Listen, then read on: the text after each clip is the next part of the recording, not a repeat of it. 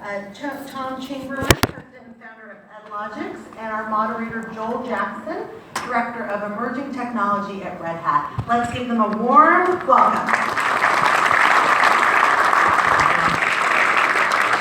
So how many Cub fans are in here? So real quick, and I'm going to take a real quick video because a friend of mine is a sales manager at a competitor. He's a huge Ohio guy. I'm a Michigan guy. So can you just say "Go Cubs" in like 5 seconds? Ready? Go Cubs! Go Cubs! Wait, 1, 2, 3, go! Go Cubs! I had to do it. I usually root for every team that's playing in Ohio. So. All right, so I run the emerging technology team for Paul Smith for public sector, and we have a good panel here. And we have 20 minutes, so we're going to dive right into just a quick introduction for each of you guys, and then we'll go through some topics on how you're running containers in your use case. Want to start with you, Nitin? So I'm Nitin Naik. I'm the Technical Director for Strategic Planning and Technology Direction at the IRS. How many of you are aware of the IRS? One of the key factors that I'm looking at is how do we use containers and how do we use some of the technology that has been discussed this morning within our environments to deliver services both for you as the taxpayer, businesses, and then also for internal processes. My name is Tom Chamberlain. I'm the CEO and founder of a company called EdLogics. EdLogics is a health education-based consumer engagement company. We're an innovative game-based learning. And our mission is to improve health literacy and empower individuals to take greater control of their health. And we do that through delivering a personalized educational experience using interactive multimedia, interactive health games, innovative incentives, and gamification strategies. And we think that we're on to a big opportunity. We deliver that to employers, health plans, federal agencies, and consumers in general. And for this group here, it may be pertinent, our chairman of the board is the former secretary of HHS, Tommy Thompson. Good morning. I'm Peter Chin from the U.S. Courts. I currently am the Chief of Application Development and Architecture. So when I first joined the U.S. Courts, I took a tour of the Supreme Court, and I don't know if everybody here has had that opportunity, but in the... Start with Tom here, since we have, I think, 12 minutes. What were the top business challenges your organization faced that led you to implement the OpenShift Container Platform? We had several challenges.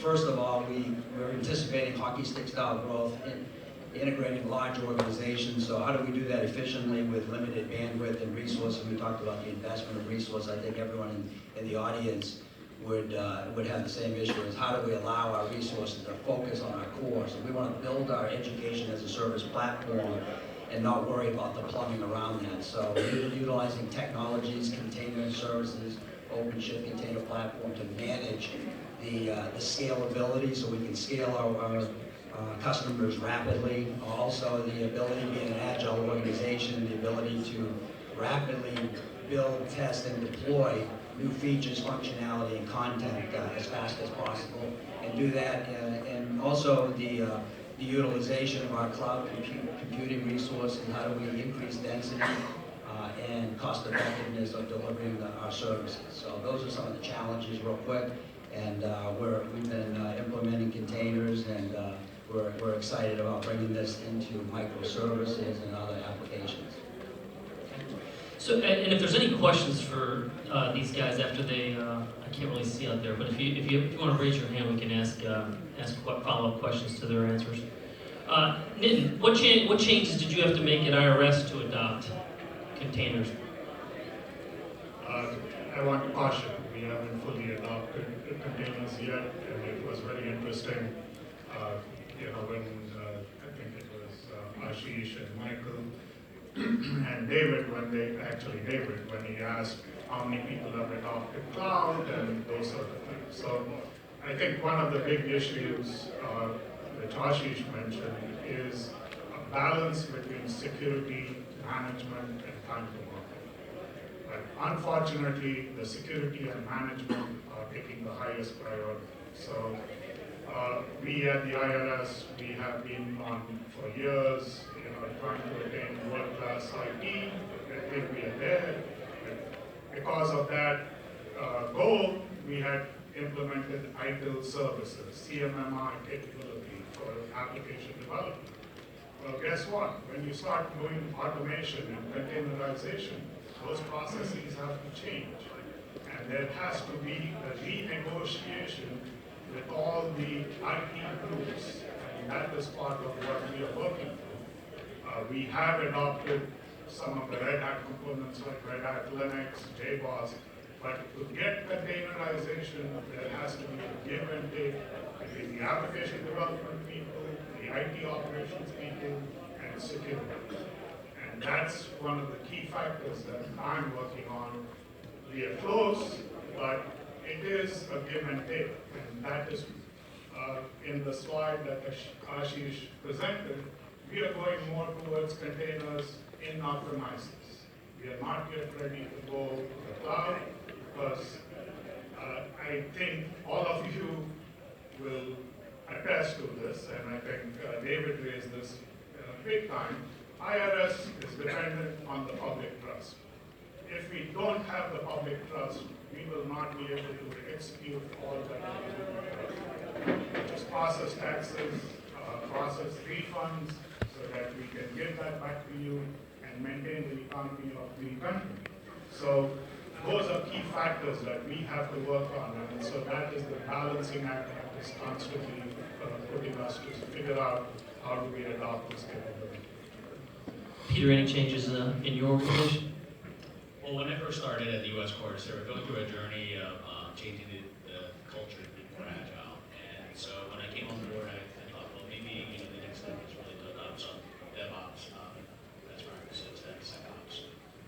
There were some alarming things I noticed as I was talking to different groups.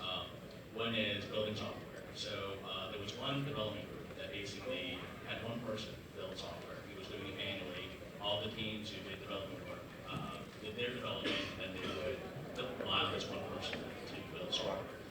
I'm really conscious about making sure that teams think for themselves. So I asked them, how can you mitigate this risk? How can you make it more efficient? So a few weeks later, I found out that they now have 3 people building software manually. That was not the solution I was looking for. So then, as I introduced DevOps, I said, well, let's think about build automation. There's tools out there, Ansible is mentioned here today. And so they built scripts and they started working.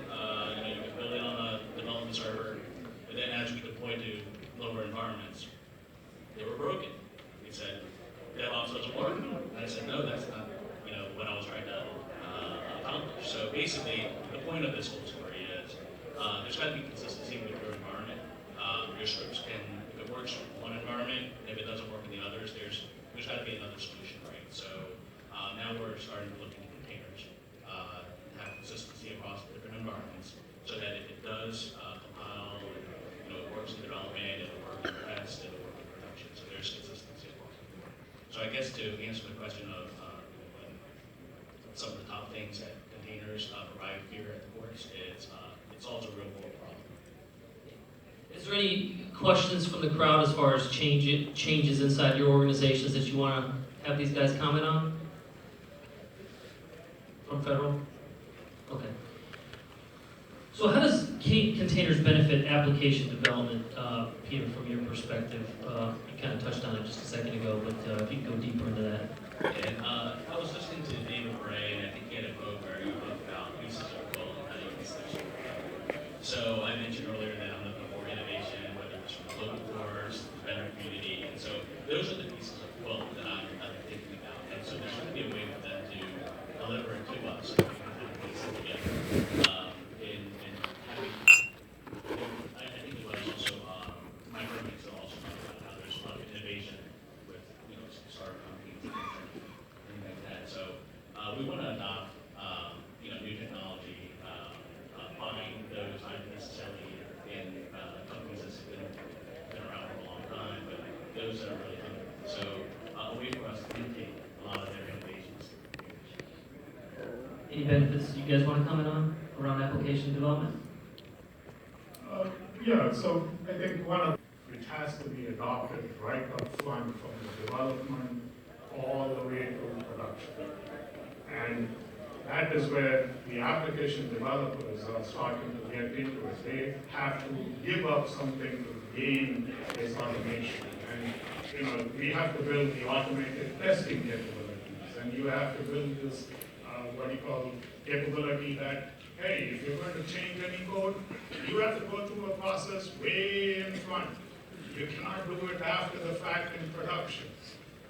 And then you've got all the security requirements. So, you've got CDM, continuous diagnostic monitoring coming down. You've got all the application security. And by the way, you've got all the identity security issues. So the scanning. So to answer your question, Joel, you have to look at it for the entire pipeline and all the components to say, and the application developers have to take ownership of it. And that's one of the things I think we are slowly getting successful at. Tom? Yeah, I think configuration management and change management, like you said, is really important. But probably the biggest thing is just our ability to rapidly deploy through continuous integration, continuous deployment, much more efficient and better utilization of our resources.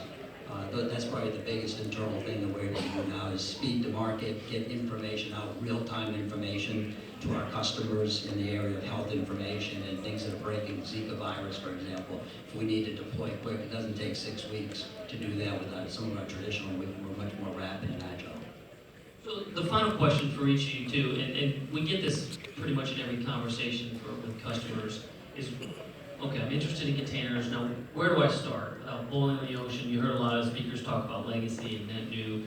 Do you start in one area, do you try and start in both areas? Just from your experience, where would you guide other federal agencies to start playing and utilizing containers? So I'll go first. I actually liked Ashish's slide about the 3 strategies, and we have gone, we're going towards the lift and shift. And what do we mean by that? We have certain services, certain application code, we know it's standardized, and so we are concentrating more on the infrastructure part of standardizing that part and building containers with that service or that code. Because the code, we know it's scanned, security safe, we know it operates. Now we are trying to build the containerization process to fix that part. So that's where we have started on our side. Peter? Coming from a large organization, normally whenever there's new ideas, it takes a long time to adopt. So the approach that we're taking is to find a small problem. So if there's a development effort that's going on to use products like containers and maybe an OpenShift type platform to develop something that's not necessarily throwaway, something that can be deployed and actually used in production. So if you can prove out that you can do this from a small snippet of your portfolio, then there's more believers in the organization. And Tom, from a SaaS perspective, how would you answer that? Sure, I think the ability to take it slow, you don't have to boil the ocean. I think that's the most important thing. Look at utilizing your open source technologies and containers, but look at bringing on an integrator, a Red Hat partner integrator that will help you to really figure this out and manage this appropriately, both for the short term and the long term. And there's plenty of resources out there. There's the Red Hat Roadshow. Our developers went out in Minneapolis and went to a day-long roadshow and were able to network and get hands-on experience. GitHub has plenty of examples of how to implement container technologies and OpenShift platform containers. So I think there's plenty of resources. Use those, learn about that, and then take it slow and have a plan and utilize some of the resources that are out there through the integrators. Okay, thanks guys. Round of applause for these guys.